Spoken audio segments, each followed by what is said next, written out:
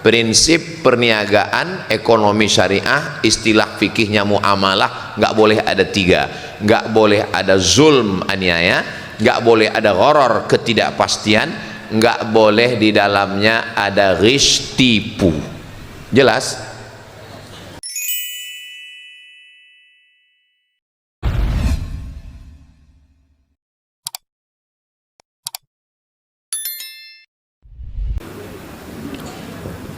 Silahkan. Assalamualaikum warahmatullahi wabarakatuh. Waalaikumsalam warahmatullahi wabarakatuh. Terima kasih atas kesempatan yang sudah diberikan. Langsung saja singkat saya akan menyampaikan dua pertanyaan. Yang pertama, satu saja Ustaz, tiap orang dapat jatah satu. Oh gitu, setiap orang. Kalau setiap orang dapat jatah satu, saya pilih yang saat ini sedang marak, gitu, yaitu kebanyakan sekarang sudah mulai digaungkan itu usaha, tetapi yang sifatnya hanya saham, gitu. Nah, dan sekarang di antara saham itu sendiri yang sekarang lagi marak di Banjarbaru itu adalah kripto, Pak Ustadz. Saham? Kripto. Iya. Nah, kami ingin bertanya, apa hukumnya kripto, gitu, dan adakah kripto yang syariah? Karena selama ini beberapa tempat itu menyampaikan ada kripto syariah, tapi kita belum tahu persis seperti apa kripto yang syariah itu, dan ternyata itu sedang cukup digalakkan dan akhirnya menggeser paradigma khususnya anak-anak muda yang tadinya mau bekerja action langsung di lapangan, sekarang mereka cukup bikin saham saja, pasang modal saja, kemudian yang bekerja AI, Pak. Ya. Terima kasih, itu saja. Assalamualaikum warahmatullahi wabarakatuh. Waalaikumsalam warahmatullahi wabarakatuh.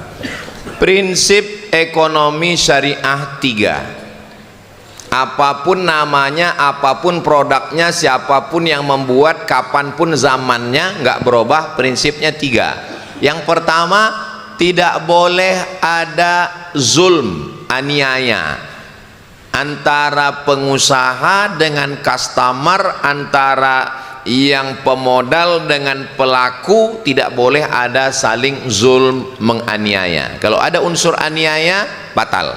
Yang kedua, tidak boleh ada unsur gharar, gambling, ketidakpastian.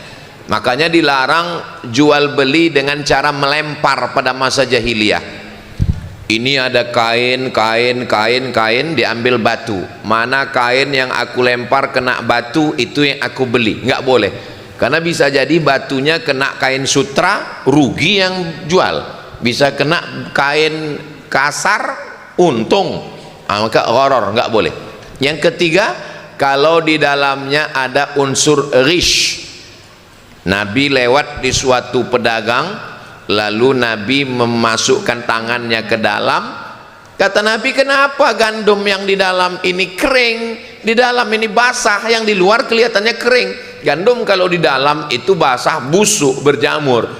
Asobahul mator, kena hujan ya Rasulullah. Di luar dibuatnya kering, nipu. Kata Nabi, man ghasyana falaysa minna, yang menipu bukan golongan kami.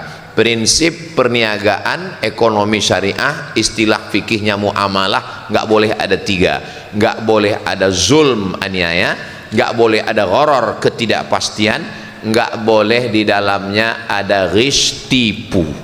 Jelas? Berapa tadi nggak boleh? Bisa diulang lagi?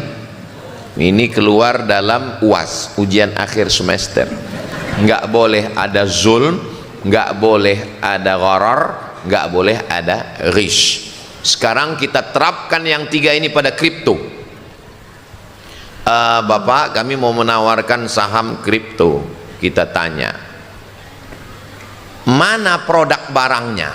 Oh, ini ada Pak. Ada di mana? Di alam goib.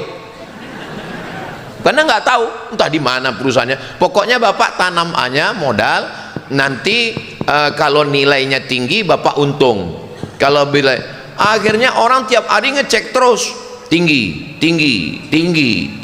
tidur. Pas lagi tidur turun. Karena nilainya bisa naik turun.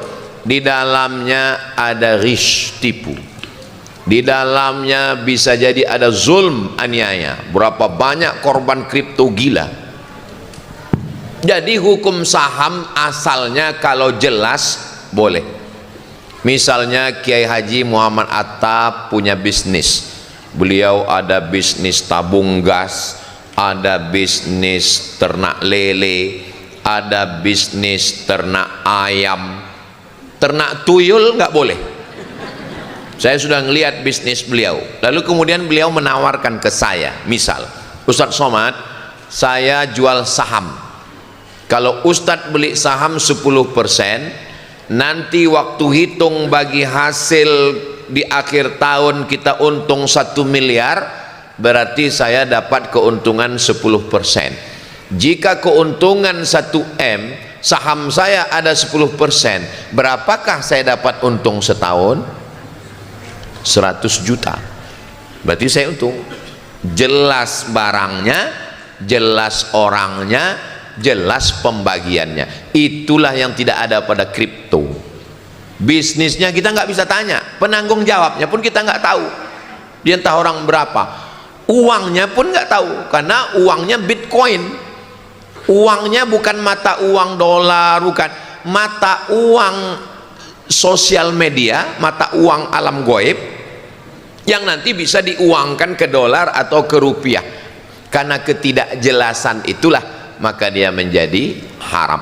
Jadi ujung-ujungnya kesimpulannya judi, mirip seperti judi online. Maka hati-hati, kejahatan terjadi bukan karena ada niat dari pelakunya, tapi juga karena ada kesempatan. Waspadalah.